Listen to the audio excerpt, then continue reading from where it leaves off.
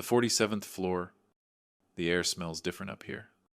It doesn't carry the dampness of the Pacific or the scent of wet cedar after a classic Vancouver drizzle.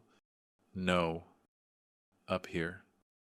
The air smells of expensive leather, of the paper and ink from million-dollar contracts, and of a near-sterile cleanliness that only money can buy. From Mr. Davies's office window, the city stretches out below like a living map, its glass and steel skyscrapers rising proudly, reflecting the late afternoon sun. In the distance, the familiar mountains stand guard, their outlines hazy in the mist. They are old friends, silent sentinels that have watched over my entire life. But today, from this height, they look like strangers. Mr. Dubois, if you would sign here, and here as well. Davies's voice pulls me from my reverie. He's a young man, perhaps only a few years older than my daughter, with a meticulously styled haircut and a suit without a single wrinkle. Everything about him exudes an expensive efficiency. From the watch on his wrist to the fountain pen he has just handed me. The pen has a significant weight to it, its barrel cool and smooth in my rough hand, a hand accustomed to the feel of wood, of a hammer, of cold nails. I have used these hands to build a home, a life. Now, these same hands are about to sign it all away. I look down at the page. The dense text, the dry legal language I've never truly understood. But its general meaning is as clear as day. Permanent transfer of ownership, irrevocable, the property located at my home's address. Printed so coldly, looks naked and soulless on the page. It's not just an address. It's where I proposed to Eleanor. It's where my daughter, Chloe, took her first steps. Her hands gripping a chair I built myself. It's where I held Eleanor's hand for the last time. In our bedroom, overlooking the garden she adored, the nib touches the paper. A faint scratch breaks the room's silence. Black ink bleeds into the fibers, forming my name, Arthur Dubois. Every stroke is steady and decisive. There is no hesitation. Davies watches me, his eyes holding a professional curiosity.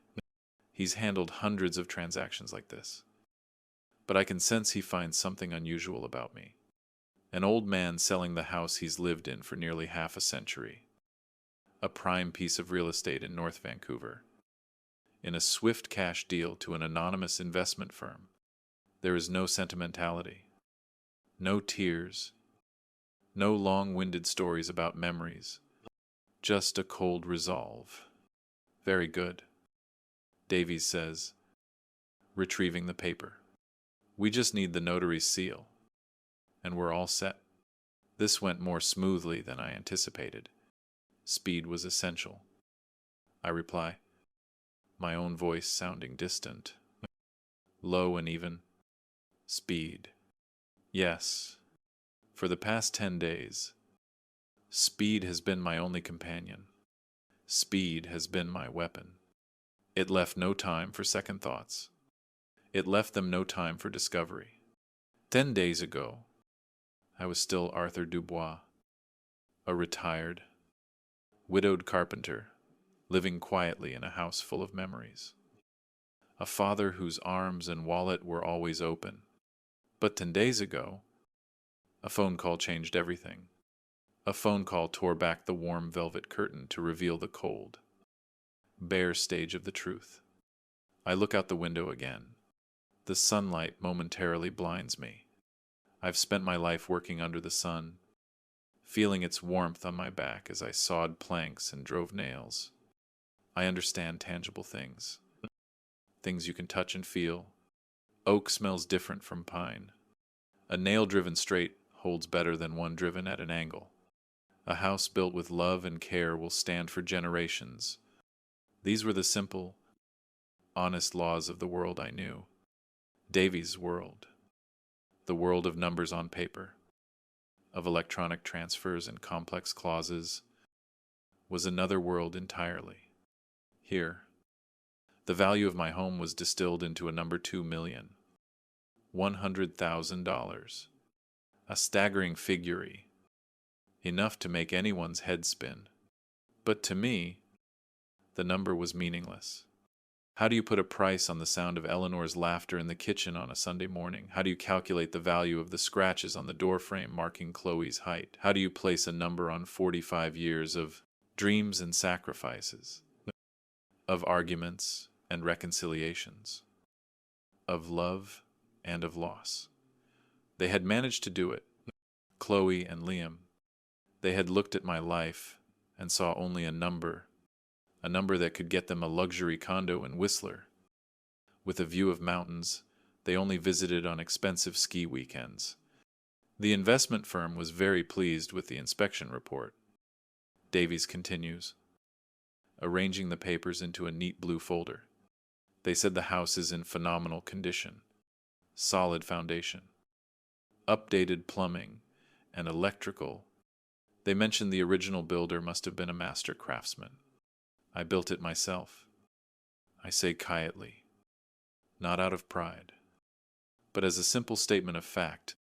Davy looks up, a flicker of surprise in his eyes. Really, the whole thing, every inch of it, from the foundation to the roof. I bought the lot in '78, when it was nothing but a patch of wild brush. Eleanor and I sketched the design on a napkin in an old coffee shop. She wanted a large bay window in the living room to look out at her garden, and a stone fireplace for the cold winter nights. I built her all of it. A moment of silence hangs in the air. For the first time, Davies's professional mask cracks. I see a flash of empathy in his eyes. Maybe he's thinking of his own home, his own family. Maybe he's trying to understand why a man would so readily part with his life's work. But it wasn't ready. Oh, no. Every step of this plan has felt like walking on hot coals. The first call to the realtor, the first meeting with potential buyers, allowing strangers to walk through my home, measuring, inspecting, judging my work through the lens of profit. Each act was a small betrayal of Eleanor's memory, of the life we built together. But a much greater betrayal forced my hand. It's like when a limb turns gangrenous. You have to cut it off to save the rest of the body. It's painful, brutal, but necessary. The notary public, a middle-aged woman with a kind smile, enters the room. She moves through the documents with brisk efficiency, stamping the red seals over the signatures. Each thud of the stamp sounds like a final nail being driven into a coffin's lid. It's done. There's no going back. The house is no longer mine. I am merely a temporary tenant in my own life. With a 30-day notice to vacate, Davies stands and extends his hand. Congratulations, Arthur. All the formalities are complete. The funds will be wired to your account by the end of the business day. I shake his hand. His is soft and warm. Thank you for your help, Mr. Davies. It's my job. He hesitated this, as if wrestling with his own curiosity. Finally, professionalism loses. Arthur, if you don't mind my asking, selling a family home like this, so quickly, is everything all right? There it is. The question, the one I've been waiting for, the one the world seems to be asking. I look him straight in the eye, my gaze holding no anger or sorrow, but a terrifying calm, the clarity that comes from being in the eye of a hurricane. I have passed through the storm of emotion, the shock, the hurt, the rage, and have reached the other side. The only thing left is clarity. Everything, I say, and I choose each word with care, letting it land with the weight of a foundation stone, is finally becoming all right. Mr. Davies, I haven't been this sure about anything in a very, very long time. I don't wait for his reply. I give him a short nod, turn, and walk out of the office. The hallway is cool and silent. The elevator chimes politely. As the metal doors slide shut, I see my reflection, an old man in an old suit, his shoulders straight, his gaze fixed forward. I do not look like a man who has just lost everything. I look like a soldier about to enter the most important battle of his life. Stepping out of the building, the city air hits me. The sound of traffic, of voices, of the wind whistling through concrete canyons. Everything is in motion, hurried, urgent. So am I. I have no time to waste. There is still so much to do. An apartment to be rented, belongings to be packed, only the things that truly matter, and a letter to be written. I walk, with no particular destination in mind. The familiar streets now seem to belong to someone else. I am no longer Arthur Dubois of North Vancouver. I am no longer the friendly neighbor who would help fix a fence. No longer the old dad his daughter could call whenever she needed something. I am invisible, a ghost with $2 million in the bank. A cool wind blows past, carrying the smell of coming rain. I look up at the sky, where gray clouds are rolling in from the bay. A storm is coming, but I'm not afraid, because this time, I am the one who summoned it, and I am ready. A storm was coming, but I wasn't afraid, because this time, I was the one who had summoned it, and I was ready. The decision that brought me to this cold pavement, a ghost in my own city, wasn't born in the sterile quiet of a lawyer's office. It was born in the peace of my own garden. 10 days ago, it all began, not with a roar of thunder, but with the gentle chime of a telephone. 10 days ago, the world was still mine. The late morning sun, a rare and precious gift in a Vancouver spring, warmed the cedar planks of my porch. I was on my knees in the garden. The rich, dark soil, cool against my fingers. This was my sanctuary. The small patch of earth, Eleanor had transformed from a tangle of weeds into a vibrant tapestry of color. Her roses, a deep, velvety crimson, were just beginning to bloom. Their scent, a mix of sweet perfume and peppery spice, hung heavy in the air. It was the scent of my life, the scent of her. My house, the one I built with my own 2 hands, stood behind me, a silent, sturdy companion. It wasn't just wood and nails, it was a vessel for 45 years of living. Every beam held the echo of laughter. Every floorboard was smoothed by the patter of Chloe's childhood feet. Every window framed a memory of Eleanor looking out at the world we'd made. My body ached in the way. A 70-year-old body does a dull throb in the knees, a stiffness in the back, but my heart was at peace. I was tending Eleanor's roses. Chloe was successful.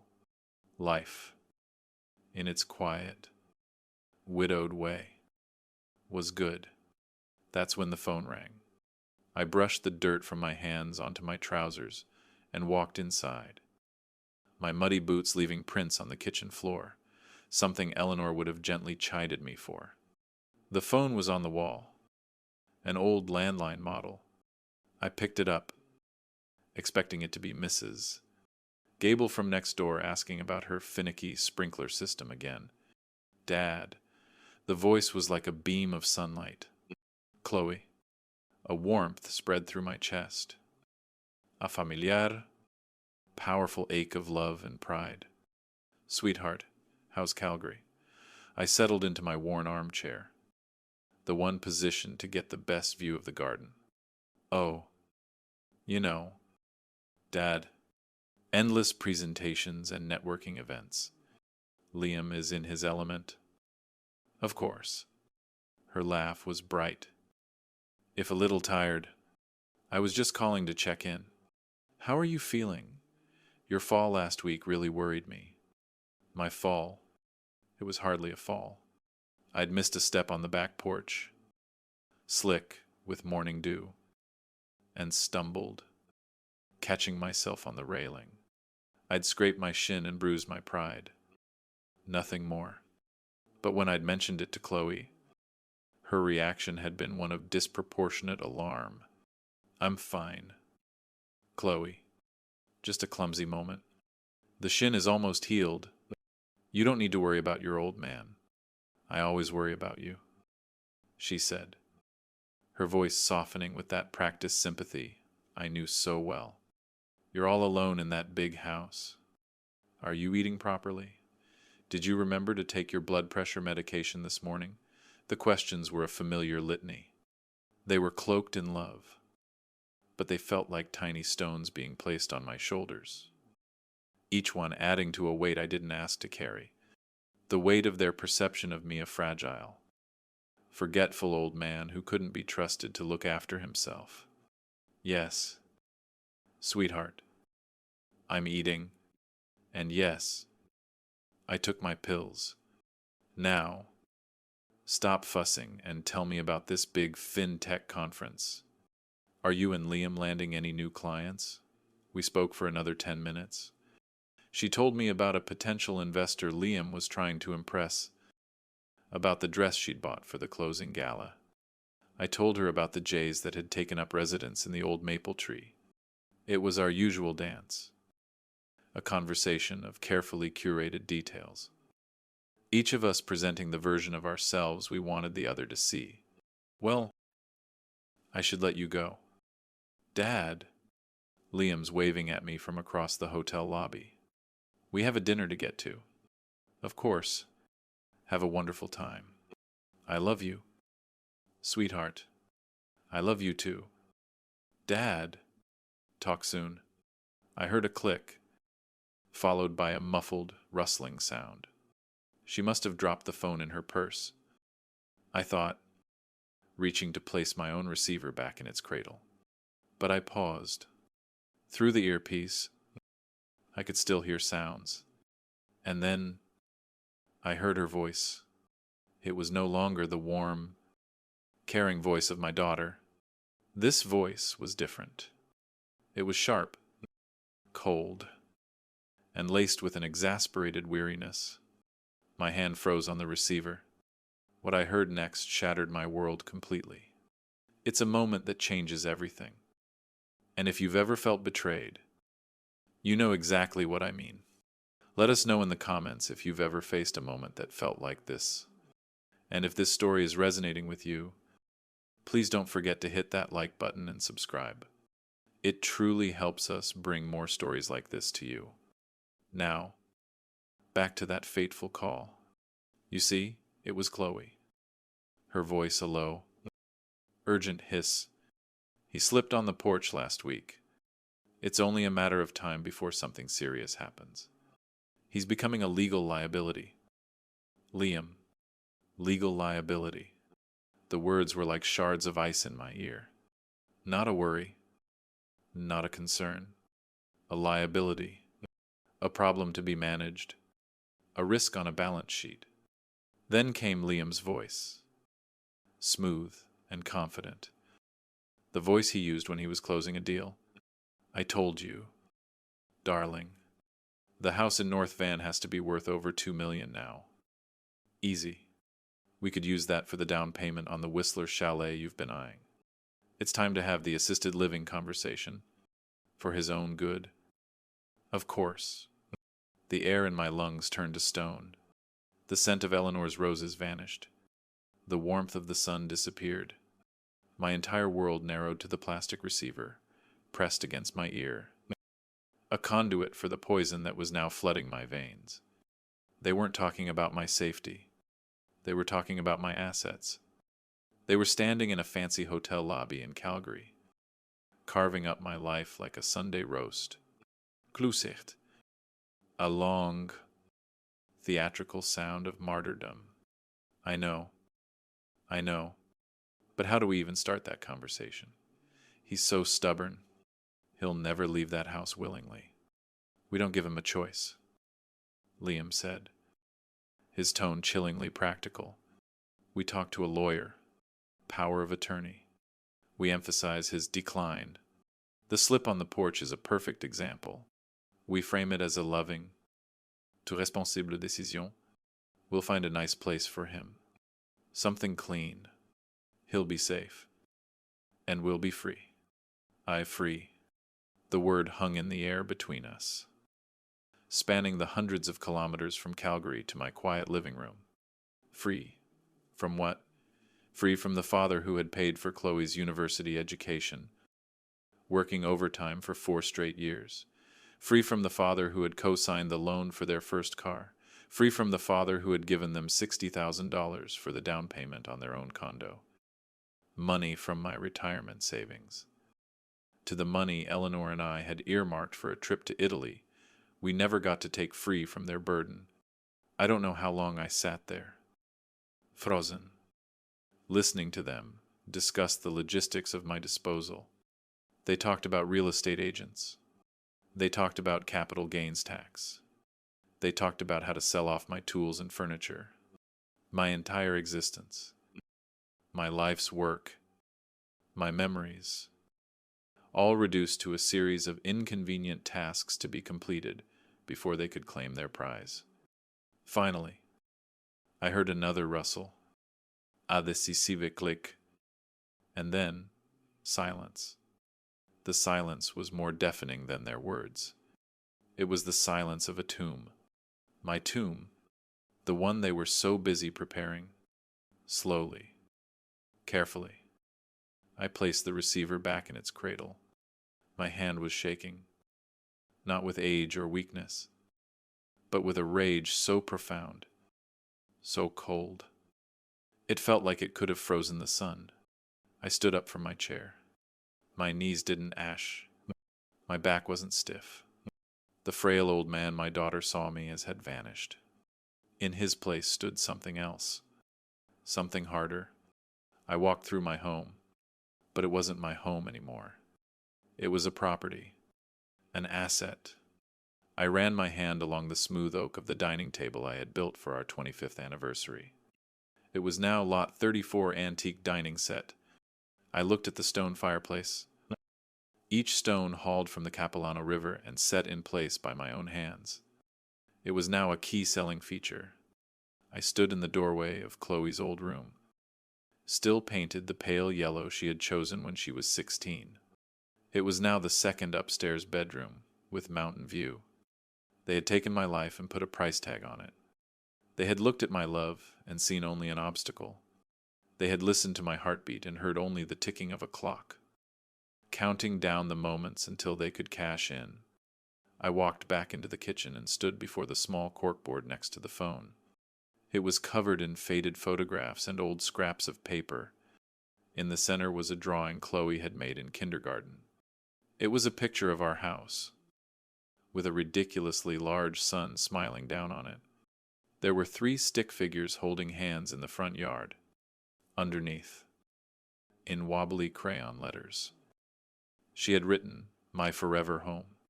I stared at the drawing for a long time. The innocent love of a child, preserved under a layer of dust. Where had that little girl gone? When had she been replaced by this cold, calculating stranger who saw her father as a liability? I didn't have an answer.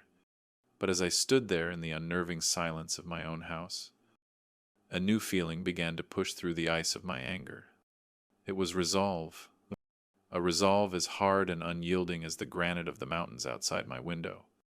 They thought I was weak. They thought I was confused. They thought they could manage me. They had made a terrible miscalculation. They had forgotten who I was. I wasn't just a retired old man. I was Arthur Dubois, the man who had built this house from nothing. And if I could build it, I could certainly be the one to decide its fate. The plan began to form in my mind then. Not in detail, but in principle. It was a simple, brutal principle. An eye for an eye. They wanted to take my home. Fine. I would take it from them first. My reflection in the dark kitchen window showed a stranger. His face was pale. His eyes were dark. But there was a fire in them that had long been dormant. It was the fire of a man who had nothing left to lose. And therefore, everything to fight for. The old Arthur was gone.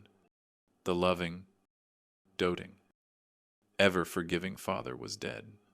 He had died on the phone, somewhere between Calgary and North Vancouver, and in his place, someone new had been born.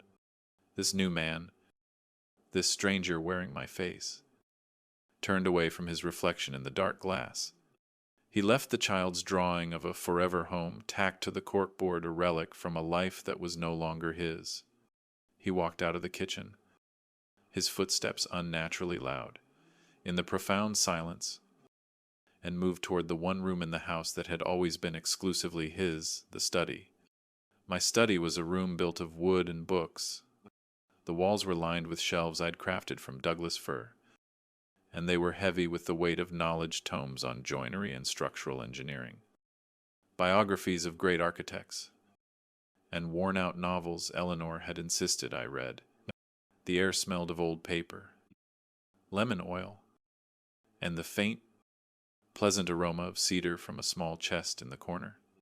It was a room of order and logic, a place where problems could be broken down, understood, and solved. But the problem I now faced couldn't be solved with a saw or a blueprint. On my desk, a large, cluttered slab of oak I'd salvaged from a demolition site decades ago, sat a framed photograph of Eleanor. It was taken on our 30th anniversary, her smile bright, her eyes crinkling at the corners. She was looking right at me, a knowing, loving gaze that had been my anchor for more than 40 years. Tonight, that gaze felt different. It felt like a challenge. I sank into my leather chair, the old springs groaning in protest. The silence in the house was a physical presence. It was no longer the peaceful quiet of a home at rest. It was the empty, ringing silence of betrayal. The echo of Liam's words, assisted living, for his own good, played over and over in my mind. A cruel taunt, my own good. They had dared to cloak their greed in the language of care. They had judged my mind to be failing, my body to be a liability, and my love to be a tool for their manipulation. The pain was a physical thing, a crushing weight on my chest that made it hard to breathe. For a moment, a wave of pure, unadulterated grief washed over me. Grief not for Eleanor, that was a familiar, constant companion, but grief for the daughter I thought I had. Grief for the family I believed we were. I wanted to break something. I wanted to roar until the windows shattered. I wanted to pick up the phone and unleash a torrent of rage and hurt that would scorch the earth between us forever. But I did none of those things. The man who would have done that, the emotional, heartbroken father, was gone. The engineer, the builder, the man who understood that a solid structure requires a calm mind and a steady hand, was taking over. Rage is a fire that consumes itself. What I needed was not a flash fire, but a slow, controlled burn. What I needed was fuel, with a strange, new purpose. I stood up and walked to the tall cedar chest in the corner of the room. I had built it for Eleanor to store her winter blankets. But after she passed, it had become my repository of memories, a vault for the paper trail of my life. I knelt, the familiar ache in my knees, a distant sensation, and lifted the heavy lid. The scent of cedar, sharp and clean, filled the air. Beneath a layer of old blueprints, I found what I was looking for, a heavy, ledger-sized box made of dark walnut. its corners joined with intricate dovetails. I carried it back to my desk and set it down beside Eleanor's photograph. I ran my hand over the lid before opening it. This box contained the receipts of my fatherhood, the cost, in dollars and cents, of a love I had thought was priceless. I lifted the lid. The first thing my fingers touched was a thick bundle of papers held together by a brittle rubber band. University of British Columbia. Official receipts. Dated from 2000 to 2004. Tuition. Residence fees. Books. The totals were astronomical. A mountain of debt I had taken on without a second thought. I closed my eyes, and the memory was as vivid as if it were yesterday. Coming home from a framing job. Exhausted. My hair full of sawdust and my muscles screaming. Eleanor would be waiting up for me. A pot of coffee on the stove. We would sit at the kitchen table, the bills spread out between us, trying to figure out how to make it all work. You're working yourself into an early grave.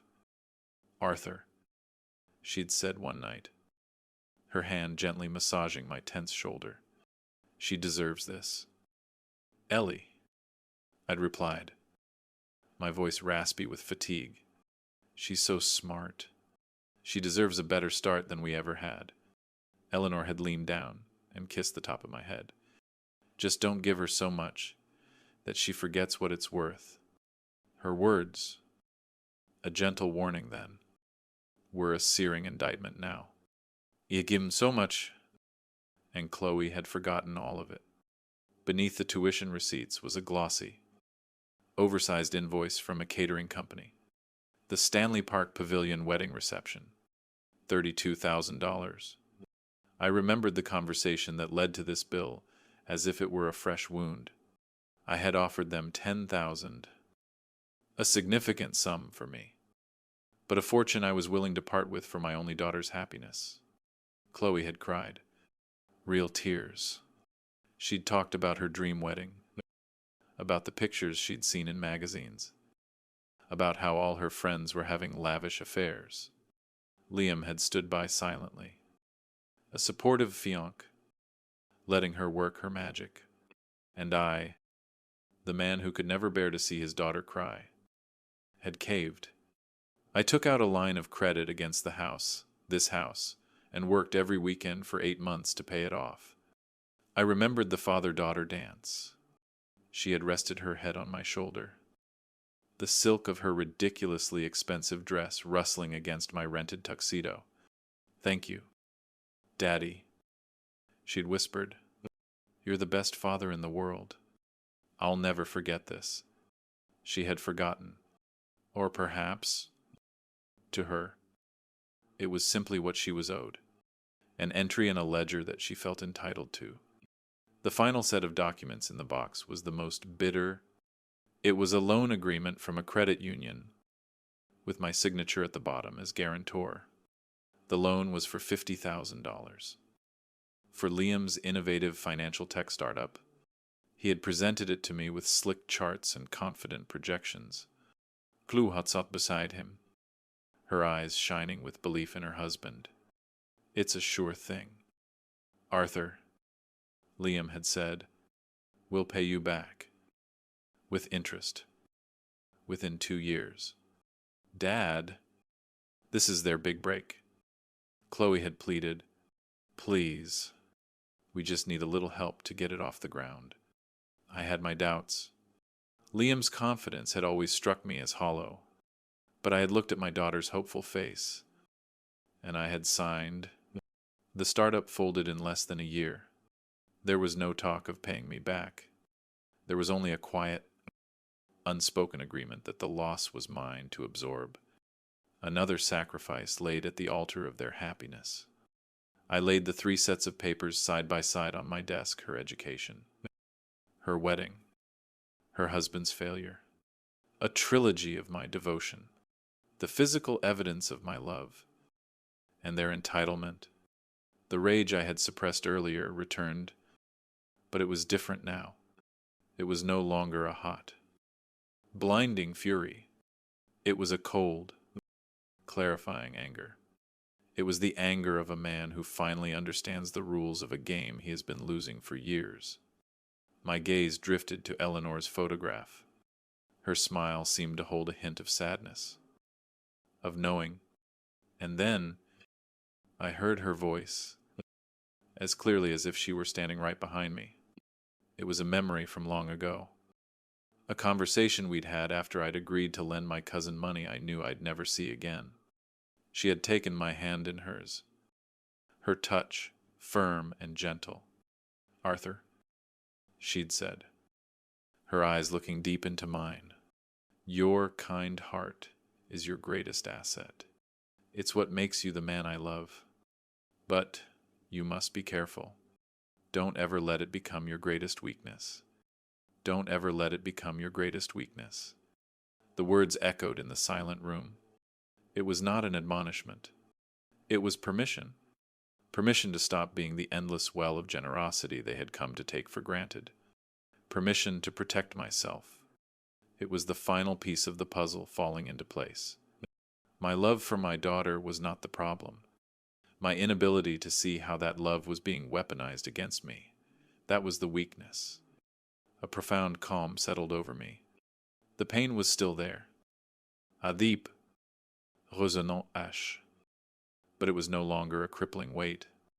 It was now a source of fuel.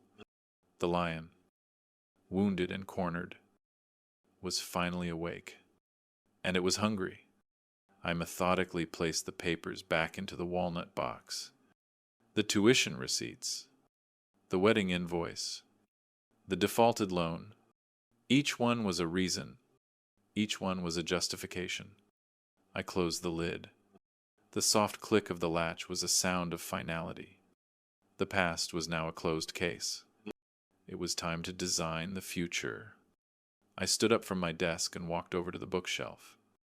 I ignored the books on carpentry and architecture. My hand went to the bottom shelf, to a row of yellow-paged phone books. I pulled out the most recent one.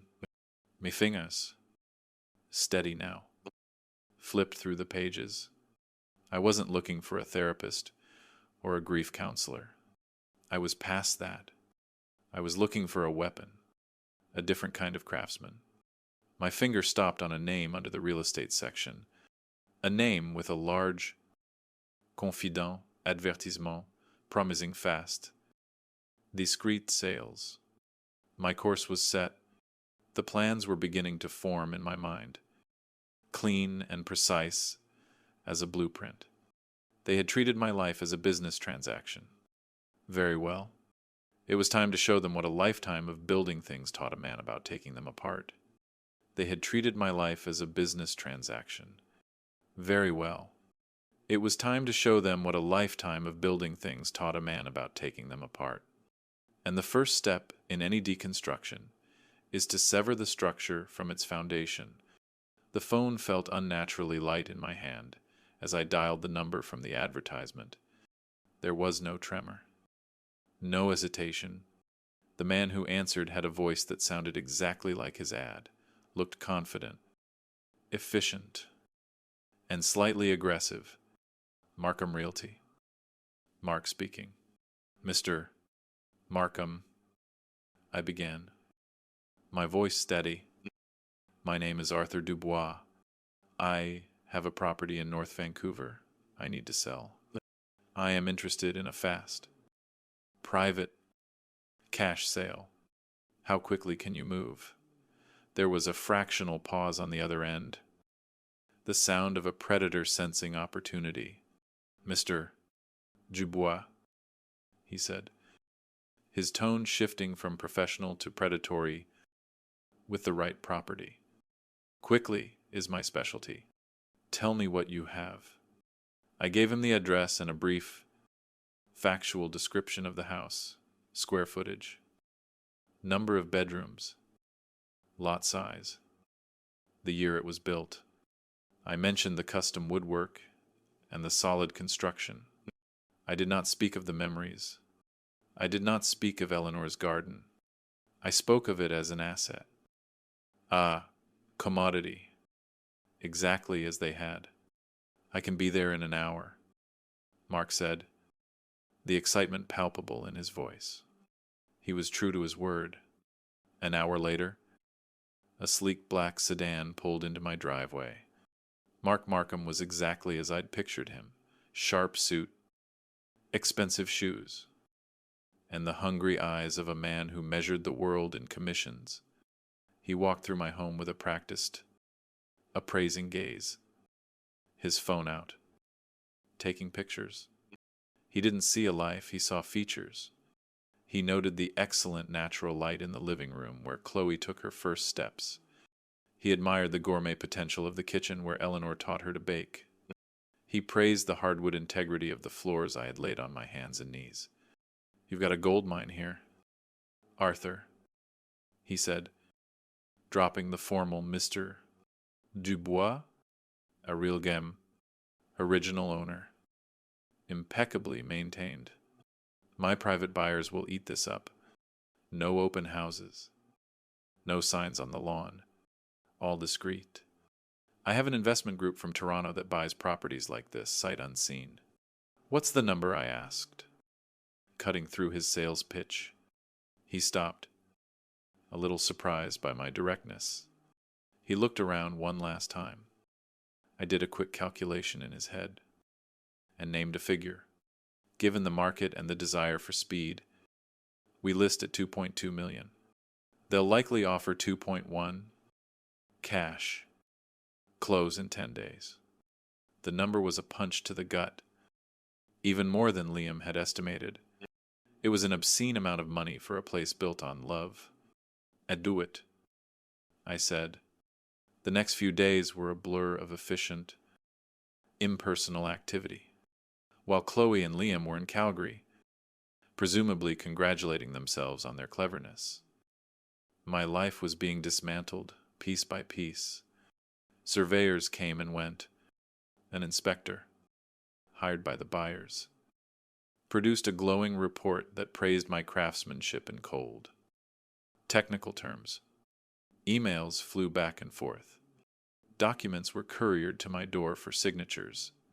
Through it all, I moved like an automaton, executing each step with the precision of a man on a mission. I felt nothing but the cold, clear purpose of my plan. While the sale was being finalized, I began the second phase of my operation, erasing Arthur Dubois of North Vancouver. I spent hours online, not looking at retirement communities or peaceful seaside towns, but at the anonymous, high-density heart of the city. I found what I was looking for in Yaletown, a new, glass-walled condominium tower. I called the rental agent and arranged to see a unit. The apartment was on the 23rd floor. It was the antithesis of my home. It was all sharp angles, stainless steel, and floor-to-ceiling windows that looked out over a sprawling indifferent cityscape. There was no garden, no workshop, no history. It was a blank slate, a perfect hiding place. "It's a one-bedroom, fully furnished," the young agent said, her voice echoing in the empty space. "Available for immediate occupancy on a month-to-month lease." "I'll take it," I said, before she could even finish her pitch. She blinked, surprised. "Just like that, you don't want to think about it." "I've done enough thinking," I replied. I paid the first month's rent and the security deposit in cash, a thick wad of bills that made her eyes widen. I signed the lease as A. Dubois, a man with no past. The next step was the money. The $2 million could not, under any circumstances, land in my existing bank account. An account Chloe was listed on as an emergency contact. It was a detail they had likely forgotten, but I had not. I drove downtown to a small, local credit union, the kind of place that prided itself on personal service, not corporate reach. I sat down with a woman named Sarah, the branch manager. I explained that I was a recent widower who had just sold his family home and was looking for a fresh start and financial privacy. I didn't need to lie, I just needed to omit the context. She was kind, compassionate, and asked no probing questions. We set up a new series of accounts, accessible only by me, with multiple layers of security. I gave her the wiring instructions from my lawyer. My fortress was being built, brick by digital brick. On the 9th day, Mark called. We're a go. Arthur, they've signed off on everything. The closing is set for tomorrow morning at the lawyer's office. The money will be in your new account by the afternoon. That night, for the first time, the cold resolve wavered. I walked through the silent house, my footsteps echoing in a way they never had before. This would be my last night here. I touched the worn arm of Eleanor's reading chair. I stood in the doorway of my workshop. The scent of sawdust, a comforting ghost, a profound sadness, deep and heavy, settled over me. I was winning the war. But the cost was the destruction of my own kingdom. I almost picked up the phone. I almost called Chloe. To scream. To cry. To demand an explanation.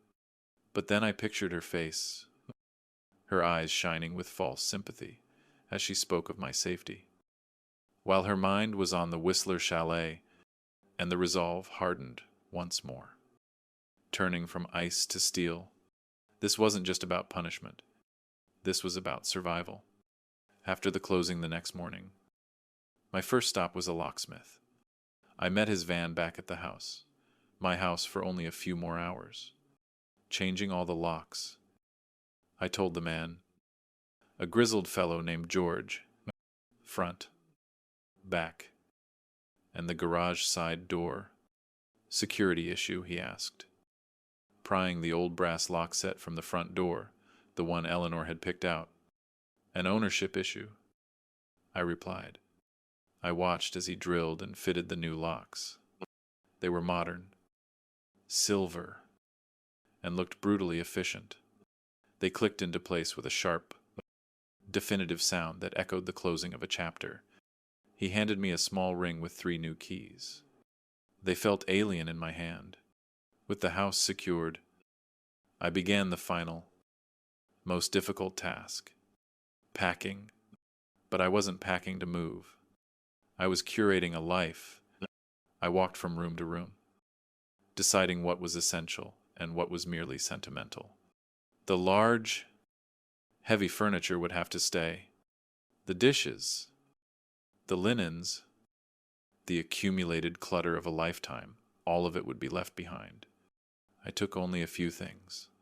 From my study, I packed a single box with my most treasured books and my core set of antique hand tools, the chisels and planes that felt like extensions of my own hands.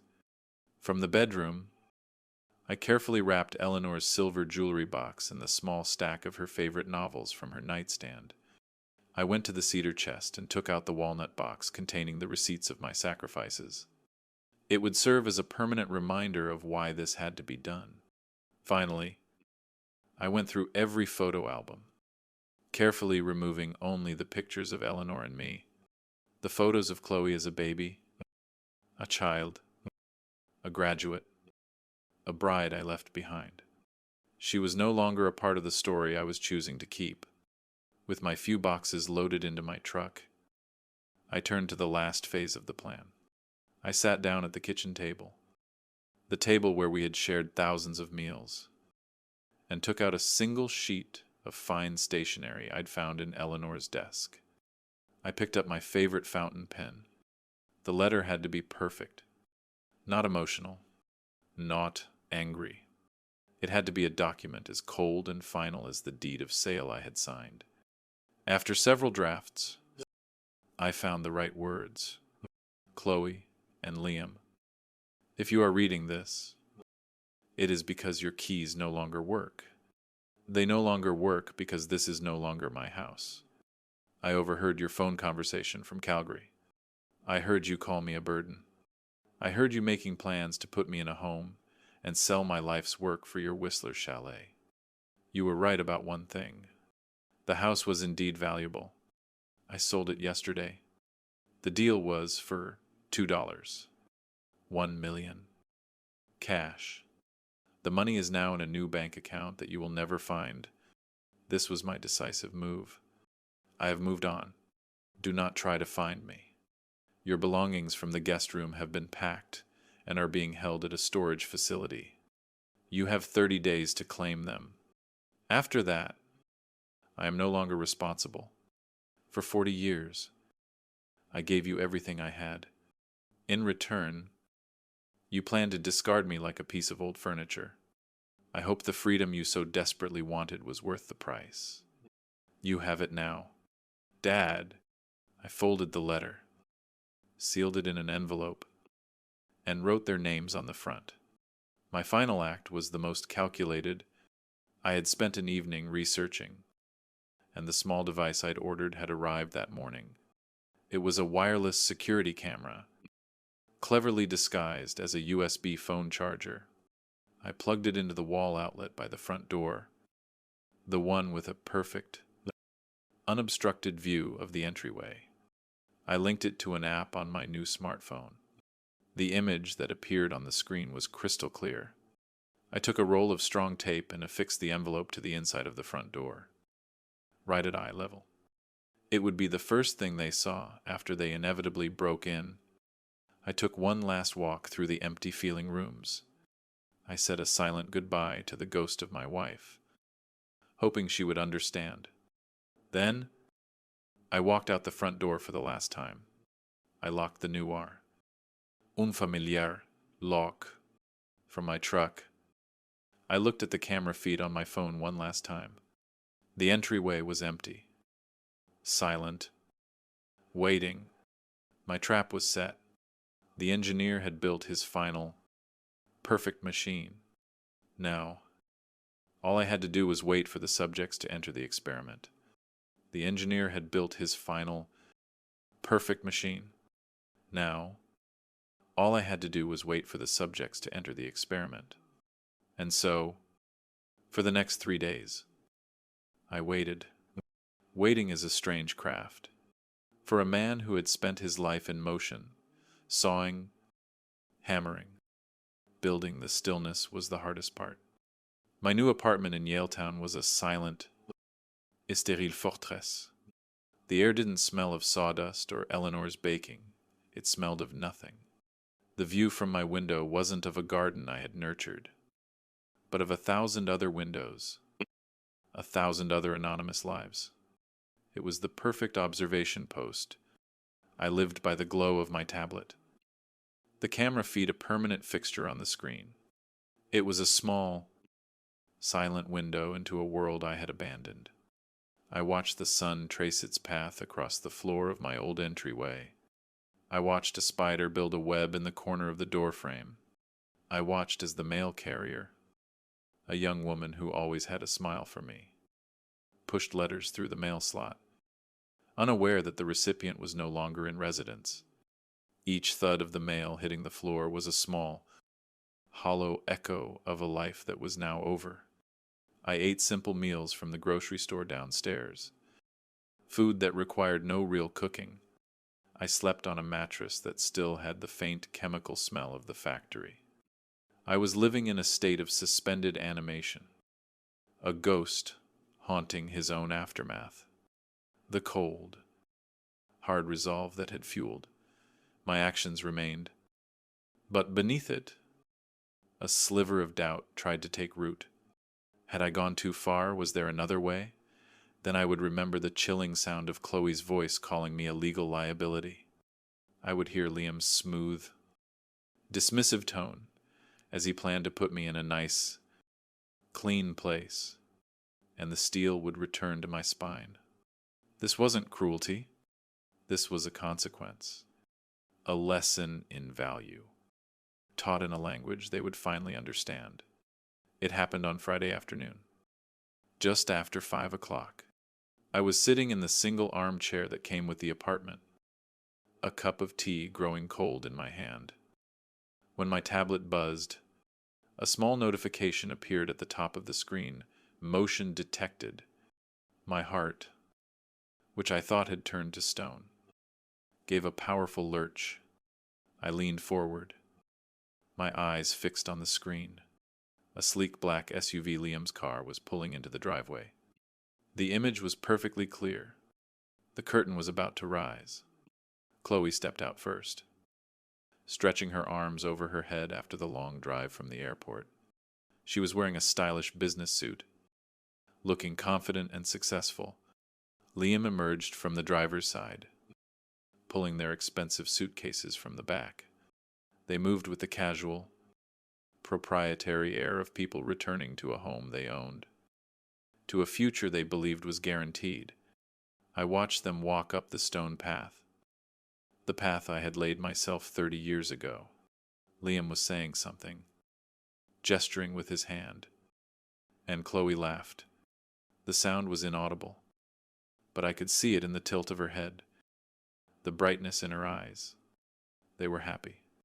They were conquerors, returning with spoils, ready to put the final phase of their own quiet little coup into motion. They reached the front door. Chloe, still smiling, fumbled in her purse and pulled out her keys. I leaned closer to the screen, my breath held tight in my chest. I watched as she inserted her key, the key I had given her on her 18th birthday, into the new silver lock. She tried to turn it. It didn't budge. Her smile faltered. She frowned, jiggling the key. Nothing. She pulled it out, examined it as if it had somehow betrayed her, and tried again. The key slid in, but the lock remained stubbornly, defiantly closed. That's weird. I could just barely hear her voice. A faint, tinny sound through the tablet speaker. My key's not working. Liam, who had been impatiently checking his phone, looked up, his brow furrowed in annoyance. What do you mean? It's not working. Let me try. He took his own key and jammed it into the lock with force. It met the same solid resistance. His annoyance quickly morphed into concern. What the hell? Did he break the lock? Dad wouldn't know how to fix a lock, let alone break one, Chloe said, her voice rising with a note of anxiety. Try the back door. I watched Liam disappear around the side of the house. Chloe remained at the front, her confidence visibly draining away.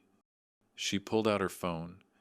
I knew, with absolute certainty, that she was calling my old landline, the number I had disconnected 3 days earlier. I could see the confusion on her face as it rang and rang with no answer. Liam reappeared a minute later, his face grim. The back door is locked too. Same thing. These aren't the same locks. Chloe, someone changed them. Changed them. That's impossible, she cried, her voice now sharp with panic. Who would change them? They stood on the porch for a moment, the two of them looking utterly lost, their expensive luggage standing beside them like useless props. They were locked out of their own plan. Then Liam's eyes started scanning the house. He was a problem solver. After all, or so he thought. There, he said, pointing to the small window in the downstairs washroom. That one's unlatched. I can give you a boost. I watched a grim satisfaction settling in my gut as my daughter, in her $400 business suit, was unceremoniously hoisted up by her husband. I watched her struggle to pull herself through the small opening, her skirt catching on the frame. It was an undignified, clumsy scramble, a fitting entrance for a thief in the night. She disappeared inside. A few moments later, the front door swung open from within. She stood there, her hair disheveled, a smudge of dirt on her cheek. Liam entered with their suitcases, his face a mask of anger and confusion. They both stopped dead. They had seen the envelope, It was taped to the inside of the door, a pristine white rectangle against the dark wood, exactly at eye level. Their names, written in my careful, steady script, were impossible to miss. Chloe's hand trembled as she reached out and pulled the letter from the door. Liam crowded in behind her, reading over her shoulder. The camera, my silent, unblinking eye, captured every flicker of emotion as their eyes moved across the page. I watched confusion curdle into shock. I watched a shock explode into disbelief. And I watched disbelief collapse into pure, unadulterated horror. No, Chloe whispered. The single word. A breath of despair. She shook her head, as if to deny the words on the page. No, he wouldn't. Liam snatched the letter from her hands, his own eyes scanning it frantically, as if a second reading might change its content. His face turned a blotchy red. That manipulative old bastard. He snarled, the words hissing through his teeth. He was playing us the whole time. Chloe finally found her voice, and it rose into a near shriek. He sold the house, our house. How could he do this to us? Where's the money? Read it, Liam yelled, shaking the letter in her face. The money is gone. $2.1 million. And it's gone. That money was our future. Chloe was crying now. Ugly, gasping sobs that streaked her perfect makeup. That was for Whistler. That was for everything. And then it began. The beautiful, terrible, inevitable implosion. The mask of the devoted, successful couple didn't just slip. It was violently torn away. Your future, Liam snared, turning on her with a venom that startled even me. This is your fault. Chloe, he's your father. I told you we needed to be more careful. You were too soft on him. My fault, she shrieked, whirling to face him. You're the one who called him a burden. You're the one who couldn't wait to ship him off to a home so you could get your hands on his money. You pushed this because we needed it, he roared, gesturing wildly around the room that was no longer theirs. Or did you forget that? Did you forget that my consulting business, as you so proudly tell your friends, is a complete failure? Did you forget that we are leveraged up to our eyeballs in debt, that money wasn't for a dream? You idiot. It was to save our asses. I leaned back in my chair, the drama unfolding on the screen, more compelling than any movie. So there it was, the deeper, ooh-year truth. It wasn't just greed. It was desperation. Their lives were a house of cards, and they had been counting on my home, my life's work, to be the foundation that kept it from collapsing. Chloe's face crumbled as the full scope of their ruin became clear. The house was gone. The inheritance was gone. And her successful husband was a fraud. You lied to me, she whispered, her voice cracking. All this time, you lied. And you lied to your father, he shot back, mercilessly. So I guess we're even. The old man was smarter than both of us. He saw us coming. They collapsed onto the furniture, my old furniture, soon to be hauled away by strangers. Chloe buried her face in her hands, her sobs echoing in the entryway. Liam stood over her, breathing heavily, the now crumpled letter still clutched in his fist. He looked like a man who had gambled everything and lost. A king standing in the ruins of his own conquered kingdom. I had seen enough. With a steady finger, I pressed the button on the screen and closed the app. The silent, dramatic scene vanished, replaced by the mundane icons of my new, empty life. The show was over. The curtain had fallen. I stood up and walked to the small kitchen of my new apartment. I opened the bottle of fine Canadian whiskey I had bought for this exact occasion. I poured a generous measure into a glass. I walked to the window and looked out at the glittering lights of the city. Somewhere out there, across the water, in a house that was no longer mine, my daughter and her husband were facing the wreckage of their own, making... I felt no joy. I felt no triumph. I felt only a profound, quiet, and complete sense of justice. It was the feeling of a perfectly executed plan, of a structure built to withstand the storm. I raised my glass to the window, to the reflection of the old man staring back at me, and in the silence of my new beginning, I toasted the memory of Eleanor. For us, my love, I whispered. The foundation is secure, the words dissolving into the quiet of the room. The whiskey was a warm, smooth fire in my throat, a stark contrast to the ice that had lived in my chest for the past 10 days. Outside, the city of Vancouver was a river of light, a million distant stories flowing through the night. And for the first time, I felt like one of them separate, distinct, and moving forward. I stood by the window for a long time, watching the endless procession of headlights on the Granville Bridge, each a life heading somewhere I would never know, the weight of 45 years in one place, with one person. For one family had been lifted, I was untethered. A ship cut loose from its moorings, adrift on a new and unknown sea. It should have been terrifying. Instead, it was calm. My new smartphone, a device I was still learning to navigate, buzzed on the kitchen counter. I walked over and looked at the screen.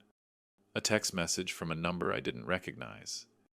Dad, please, I know you can see this. We need to talk. I'm so sorry. Please call me. Chloe. She must have gotten a new number or borrowed a friend's phone. For a fleeting second, a phantom ache echoed in my heart, the ghost of the father I used to be, the father who would have rushed to fix this, to soothe her tears, to absorb the consequences of her mistakes, the father who would have let his kind heart be his greatest weakness. But that man was gone. With a steady finger, I held down the contact number. A menu appeared. I pressed block. Another notification popped up, asking for confirmation. Are you sure you want to block this number? I pressed. Yes. The message vanished. I then held down the power button on the side of the phone until the screen went black. I had severed the final line. The last act of deconstruction was complete. From now on, the only voice I needed to listen to was my own. The first morning of my new life was jarringly bright. The sun, reflecting off a neighboring glass tower, streamed into the apartment, devoid of the familiar filter of the maple tree, leaves outside my old bedroom. The sounds were different, too. Not the cheerful chirping of garden birds, but the distant, rhythmic hum of the city waking up the faint rumble of the SkyTrain, the distant wail of a ship's horn from the bay. I made coffee in a machine that was brutally efficient and produced a cup that was serviceable but lacked soul.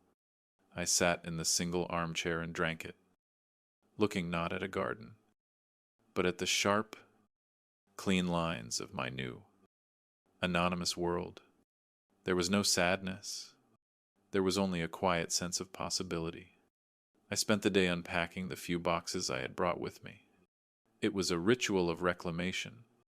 I wasn't just putting things on shelves, I was defining the perimeter of my new existence. I placed Eleanor's silver jewelry box on the dresser, its polished surface reflecting the unfamiliar room. I set up her photograph on my new nightstand. Her smile, a constant, reassuring presence. She was the only part of my past that I had deemed essential for the future. The small walnut box containing the receipts of my fatherhood, I placed at the back of my new closet. I would not display it like a trophy, nor would I throw it away. It was evidence, a reminder of a lesson learned, a boundary drawn in indelible ink. In the afternoon, I took my small box of hand tools and sat on the floor. I laid them out on a clean towel, the rosewood-handled chisels, the heavy block plane, the marking gauge Eleanor had bought me for my 40th birthday. I didn't have a workshop, and perhaps I never would again. But a man does not need a workshop to care for his tools. I spent hours sharpening the blades on a whetstone. The rhythmic scrape of steel on stone, a soothing meditation. I oiled the wooden handles until they shone with a deep, rich luster. These tools were an extension of my identity. They were proof that even though I had lost my home, I had not lost myself. I was still Arthur Dubois, a builder. The days that followed fell into a new, gentle rhythm. Each morning, I would walk. I discovered the seawall in Yaletown, a wide, paved path that snaked along the edge of False Creek. I watched the sailboats glide on the water, their white sails brilliant against the blue of the sky and the green of the distant mountains. I watched people of all ages, young couples, pushing strollers, students on skateboards, retirees walking their dogs. They were all strangers. Yet I felt a quiet kinship with them, fellow travelers on the river of life. I found a small, independent coffee shop a few blocks from my apartment. The barista, a young woman with kind eyes and purple hair, learned my order after my second visit. The usual, "Arthur," she'd ask, "a black Americano." The usual, I would reply, and the simple exchange felt like putting down a new, small anchor in my new life. I would sit by the window, read the newspaper, and watch the world go by. No one knew my story. No one saw me as a burden, a liability, or a walking bank account. I was just Arthur, an old man with a coffee. The anonymity was a balm. I never turned the camera back on. I had no desire to know what happened after the curtain fell. What became of Chloe and Liam was no longer my concern. I had given them a life of privilege and opportunity. They had squandered it. I had given them my unconditional love. They had tried to trade it for a vacation home. I had given them their consequence. And now their life was their own to build or to ruin. My peace came not from watching their downfall, but from refusing to watch it at all. My freedom was in the finality of my choice. One evening, about a week after my move, a storm rolled in from the ocean. In the same storm I had felt brewing in my own soul. The rain lashed against my floor-to-ceiling windows, and the wind howled through the canyons between the buildings. I stood and watched the tempest. Unafraid, I turned and looked at Eleanor's picture on the nightstand, her smile as warm and steady as ever. "I did it. Ellie," I said aloud, my voice quiet but firm in the dim light of the room. I finally listened. I didn't let my heart be my weakness. I knew, with a certainty that settled deep in my bones, that she would have understood. She would have grieved for the loss of our daughter, but she would have been proud of the man who had finally learned to protect himself. The storm passed as quickly as it had arrived. By morning, the city was washed clean, gleaming under a brilliant sun. I made my coffee and took it to the window. The air was crisp. The sky was a piercing blue, and the mountains across the bay stood out in sharp, magnifiques detail. I looked out at that view, not of a garden and a single home, but of a vast, sprawling world of possibility. My life was no longer defined by the four walls I had built, but by the endless horizon that lay before me. I had lost a house, but I had reclaimed a life. My future, my choice. The old man who lived to please others, the father who gave until he had nothing left, the husband who grieved in the shadows of the past. He was gone. He had stayed behind in that house in North Vancouver. I wished him peace. I took a sip of my coffee, the taste rich and strong. The foundation was secure. It was time to start building again. Arthur Dubois had left the building, and he was never, ever coming back. If this story touched you, please like the video, subscribe to the channel, and share with others who need this message. Leave a comment below about what family means to you.